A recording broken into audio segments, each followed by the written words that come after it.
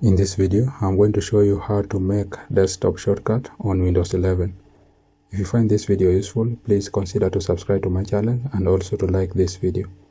Thank you guys. Now this is a very short and straightforward tutorial. Now to have this done, you need to come to the taskbar at the bottom.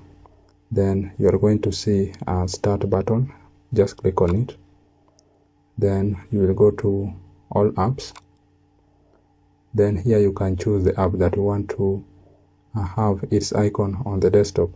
So for example, if you want this calculator to be on your desktop, you just need to left click on it. Then you need to drag it on your desktop. And as you can see, the shortcut has been created on your desktop.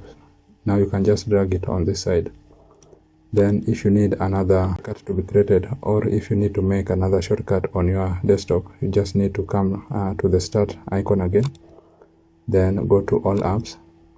Then you can scroll down to search for the app or to search for any software that you want to make a shortcut on the desktop. Now for example, if it is media player, you just need to left click on it. Then you need to drag it on the desktop. Then as you can see, you have already made a shortcut on your desktop. So that's simply it, guys. That's how you can simply make a desktop shortcut on Windows 10 or 11.